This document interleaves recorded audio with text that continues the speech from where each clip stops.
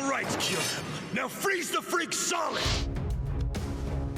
Most Pokemon games keep a pretty light tone. You're just a fresh-faced kid off on a grand adventure to be the very best like no one ever was. But every journey needs conflict, and that's where these guys come in. Welcome to PokeBinge. Today we're ranking the villains from the mainline Pokemon games from evil to most evil. Our first villainous mugshots feature a very familiar pair, Jessie and James of Team Rocket. While these two crooks are the primary recurring antagonists of the Pokemon anime alongside their talking Meowth, in the games they're little more than glorified henchmen. Jessie and James only appear in Pokemon Yellow and in Let's Go Pikachu and Eevee, taking the place of generic rocket grunts found in other Kanto titles. Their methods are plainly villainous, like attempting to steal valuable fossils or kidnap an old man, but they're still just small-time grunts in service to those much higher up on the villainous food chain. No matter where they're fought, the player characters have no trouble taking down their predictably poisonous teams, and the Let's Go games really missed the opportunity to see the defeated Jessie and James sent skyward as they blast off again. Unlike the iconic members of Team Rocket, Penny isn't even properly a villain. She's the mysterious figure running Team Star from the shadows. This band of delinquents bullies other Academy students and menaces the Paldea region by barricading themselves in their bases and attacking passerbys. But apart from that, they're relatively harmless as far as Pokemon evil teams go. Penny formed the organization to give the Academy's outcasts a refuge from bullying, but Team Star found themselves branded as bullies instead and were threatened with expulsion. To save them from this fate, Penny works with the player in secret to take down the leaders of Team Star and then challenges them to a battle herself so that she can properly disband the group. She then shows off how much she's learned from her friends by tagging along with the player's expedition into Area Zero and aiding the investigation with her technical wizardry. Anyone can tell that a girl who loves the adorable Eevee as much as Penny does couldn't be truly evil. That's not as immediately apparent with our next character, Silver, who kicks off the Johto games by stealing a starter Pokemon from Professor Elm's lab and attacking the player on the road. Silver is the only one of the game's many rivals to make this list. The others are all either looking for some friendly competition or are at worst just kind of jerks. But Silver is a criminal delinquent on a long road to redemption. He judges Pokemon solely based on their strength, insulting the player's team and even his own whenever he loses. It takes a long string of losses and some hard lessons on his journey to the Pokemon League to get Silver to reconsider his attitude. His character growth is evident in the team he uses for rematches during the postgame, as his Golbat has at least reached its friendship-dependent final form. Silver has learned to take care of his Pokemon, and to regard the player as a rival who can push him and his team to grow together.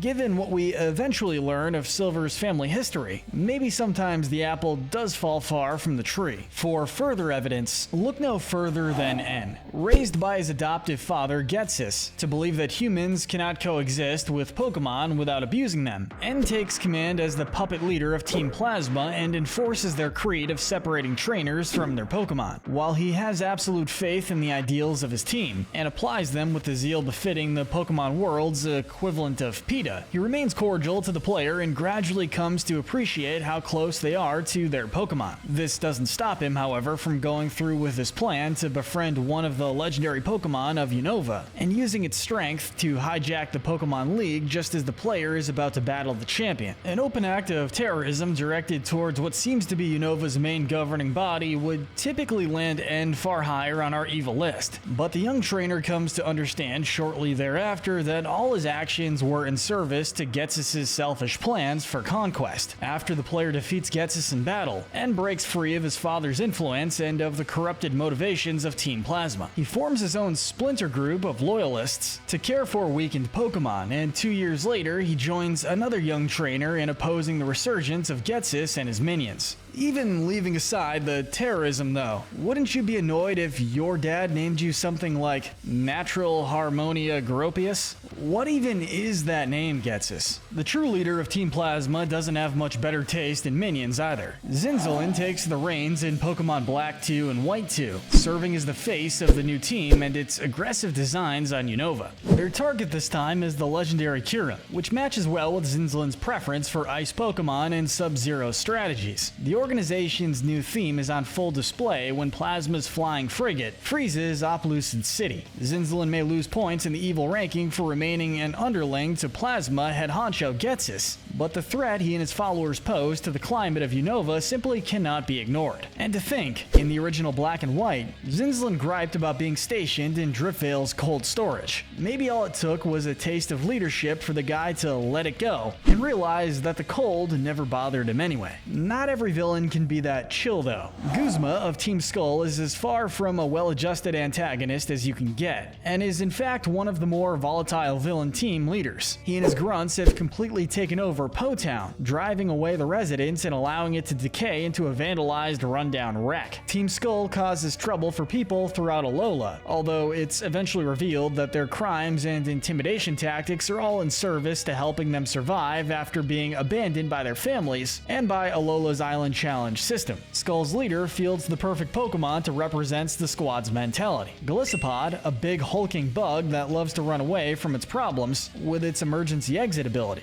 Guzma comes off as little more than an angry, violent teenager broken by the system and in need of guidance, although he jumps a few spots in the ranking for unknowingly providing aid to the much more actively villainous Luzamine. At least Guzma and the rest of Team Skull start to turn over a new leaf after the events of the game's stories, and Guzma even helps the player take down Team Rainbow Rocket in Pokemon Ultra Sun and Ultra Moon. At that point, he might as well hold up a giant neon sign that says Reformed Villain. Team Skull is undeniably hard to take seriously, but they've got nothing on a pair of guys who style their hair like their own game's box art. Swordward and Shieldbert are two brothers convinced that they're descendants of the true rulers of Galar. In the postgame of Pokemon Sword and Shield, they run amok throughout the region, forcing Pokemon to Dynamax in Galar Stadium and seeking to drive the legendary Pokemon Zacian and Zamazenta berserk so as to discredit them as Galar's rulers. They appear to have forgotten what universe they live in. Everything in their world revolves around Pokemon, so obviously the mythical kings of the region are also Pokemon. These brothers aren't exactly evil so much as extremely selfish and short-sighted, but this nutty succession crisis just leaves us wondering how the heck politics even work in the Pokemon world. That's not a concern with Chairman Rose, who's acquired his position of leadership in Galar through good old-fashioned capitalism. Rose is the president of the business conglomerate Macrocosmos and the head of Galar's Pokemon League, and while he means well enough, his actions are as cataclysmic as they are poorly thought out. Rose summons the monstrous Eternatus in an attempt to solve Galar's impending energy crisis, but like so many other villains in this franchise, he quickly realizes that he's incapable of controlling the legendary Pokemon. These guys just never come prepared with sleep moves and Ultra Balls, do they? Rose also has the worst timing imaginable, enacting his plan at the same time that Galar's strongest trainer, Leon, is busy challenging the player to their champion match. It takes the combined efforts of Leon and his brother, alongside the player and the legendary Pokemon of Galar, to capture Eternatus and stop its darkest day from destroying the entire region. Following that colossal PR disaster, the Macrocosmos board must have pulled the succession and booted their clearly incompetent CEO,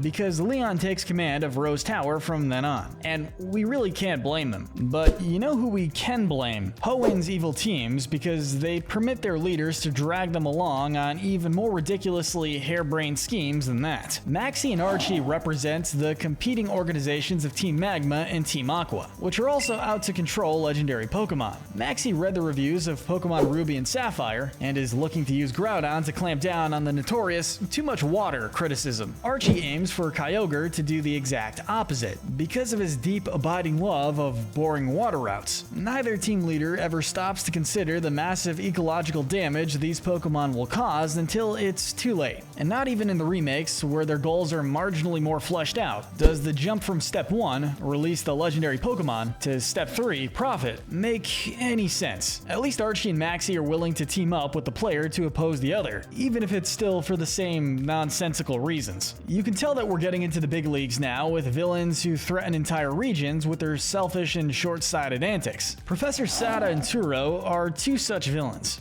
Just to be clear though, we're not talking about the digital clones of the professors that the player encounters monsters in Area Zero. Those are just AIs forced to follow their programming. Rather, we're talking about the real Sada and Turo, who become obsessed with pulling in Pokemon from other time periods and, in doing so, risk the safety of all of Paldea. These two mad scientists meet their end as a result of their own hubris, killed by one of the legendary Pokemon they pull into the present. However, the Paradox Pokemon they unleash into the world linger on in Area Zero, threatening to devastate the region with their overwhelming power. The AI the professors leave behind isn't any better, as it will go to any lengths to protect the time machine that's been causing all this chaos. Pokemon Scarlet and Violet shocked players by turning its professors into its main antagonists, and shocked them even more with the reveal that they'd been dead all along. Sometimes it's the villains you never got to meet that feel the most sinister. For much of Pokemon Black and White, that holds true for Team Plasma's true leader.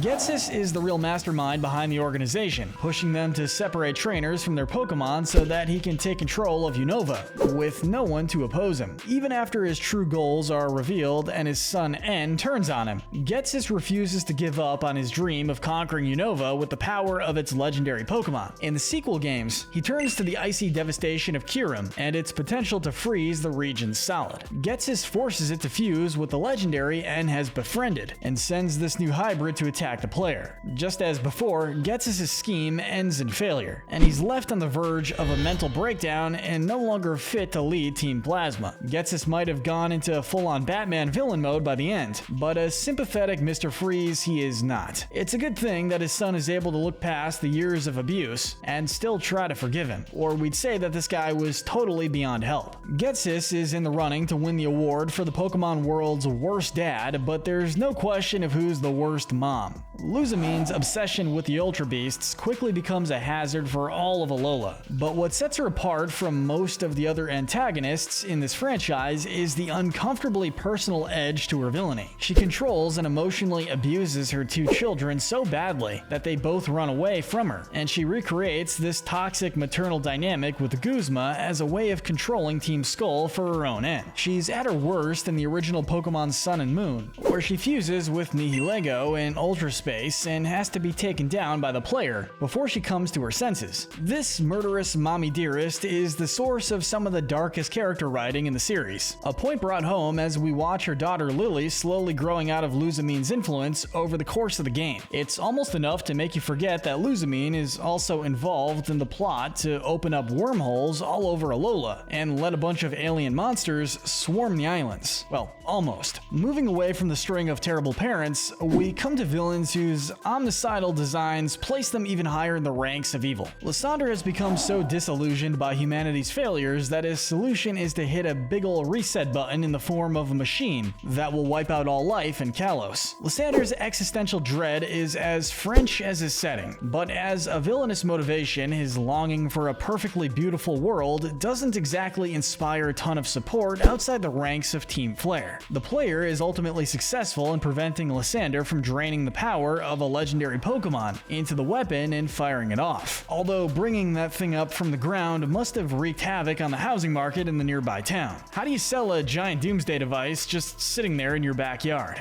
Don't ask the people of Hisui about that, since they've got a space-time rift ruining their skyline. That comes to them courtesy of Volo, who claims our bronze medal of evil. Volo spends most of Pokemon Legends Arceus helping the player along their quest to calm the noble Pokemon and seek out Arceus' plates. It's only after the two arrive at the Temple of Sinnoh that Volo reveals his true intentions. He's so bent on meeting and subjugating Arceus that he had Giratina tear open the rift in space-time, which drove the noble Pokemon to rampage and drag the player into Hisui. Volo then manipulated the player into collecting the plates to summon Arceus, and now battles them to claim the artifacts for himself. Volo ranks as high as he does because of all that he's willing to risk in pursuit of the ultimate power. Additionally, unlike many of the other villains in this list, Volo doesn't learn from his defeat. He remains determined to conquer Arceus, no matter how long it may take him. It seems that Volo's descendants didn't pursue their power-crazed forebears' dreams, but nonetheless, he wouldn't be the last to threaten the land that would come to be known as Sinnoh with total annihilation. Our Silver Medal of Evil holder, Cyrus, shares a similar ambition, and he and his Team Galactic minions cause even more damage to the region in their efforts to harness the power of the legendaries of time and space. They steal energy from facilities throughout Sinnoh, set off a bomb that drains Lake Valor, and capture the Lake Trio and use their power to entrap the box legendaries. Cyrus is out to destroy and recreate the universe, this time without any emotion or spirit. It's apparent that none of Cyrus's galactic underlings are privy to his disturbing plans for a new world order, leaving him as one of the more isolated and antisocial evil team leaders. How he managed to even put Team Galactic together when he's got all the charisma of a rancid Garbodor is anyone's guess.